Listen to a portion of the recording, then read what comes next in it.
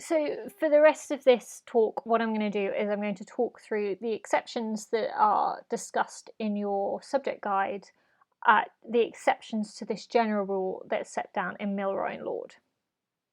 But I don't think it's particularly helpful for me to just talk through what's in the subject guide.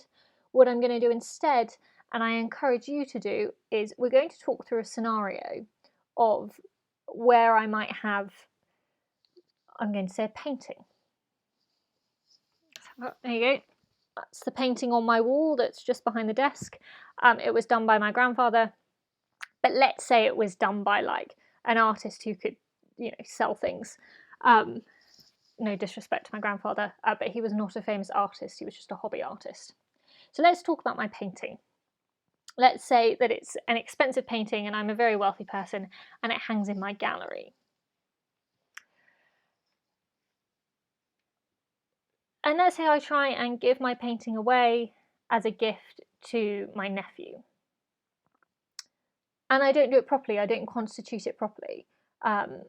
It's a chattel, so let's say normally with a chattel I either don't give him possession, or if it's an expensive piece of art, I might need to give him proper paperwork for it, and I don't do that. Let's talk through detrimental reliance first. And again, I encourage you to sort of think these through and think through these scenarios by inventing things, or think about, well, how would this apply in this situation? And it just helps your memory process. Applying a bit of imagination to something is one of those memory techniques, because it can really help you fix in your mind what the details are, and help you think through how would this work in, let's say, a problem question, or in real life, depending on where you're going to use this knowledge. You're probably going to use it in a problem question. So let's say I've got my painting, and let's say I promise my lovely painting to my nephew, and it doesn't actually hang on my wall. I've actually got it, I've got an agent holding on to it, like we had it in Milroy and Lord, and like we have in different, some of the case studies that we have. I've got an agent holding on to it. I'm a very rich person and I have my art stored in a special, sometimes it's special galleries or museums will store expensive pieces of art for you so that they don't get damaged by damp or something like that.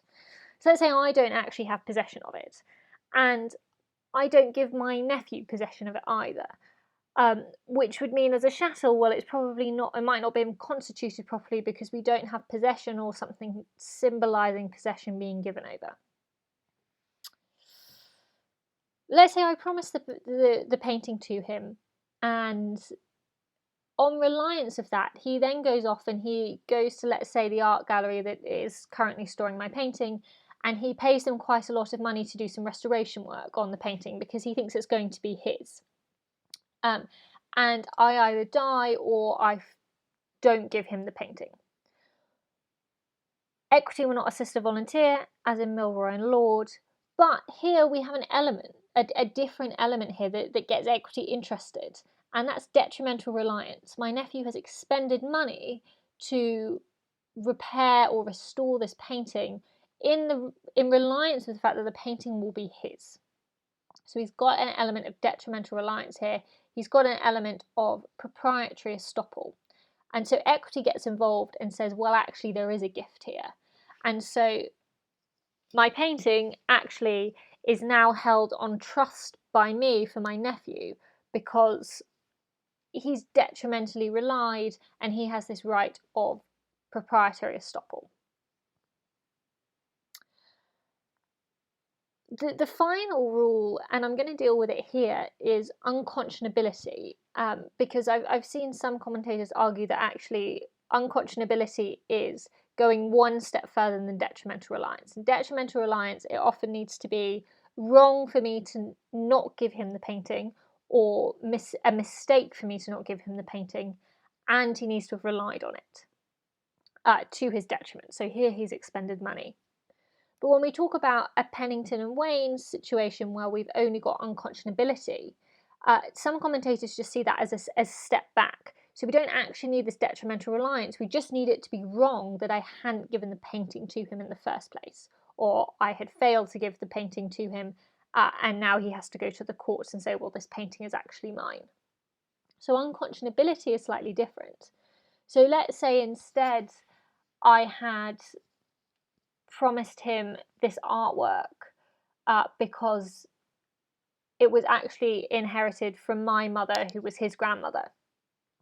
And I said to him that I would leave it in my will for him because it was a family heirloom, and in return for this, he then doesn't seek certain other family heirlooms that he has a right to be taken off me. So I say to him, well, I want this painting hung on my wall for the rest of my life because it, belonged to our grandmother or your grandmother, and it was my mother.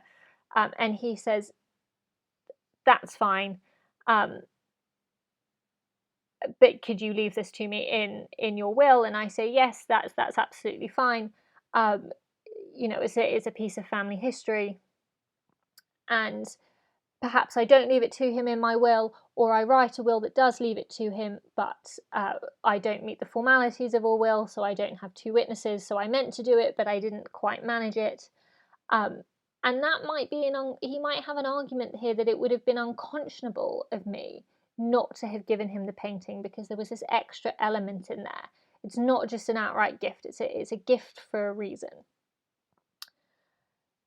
Whether or not that really just undermines the whole idea of equity will not assist a volunteer is something that the subject guide asks. It's something you should be asking yourself. And it's an argument you should be looking out for when you do your own reading.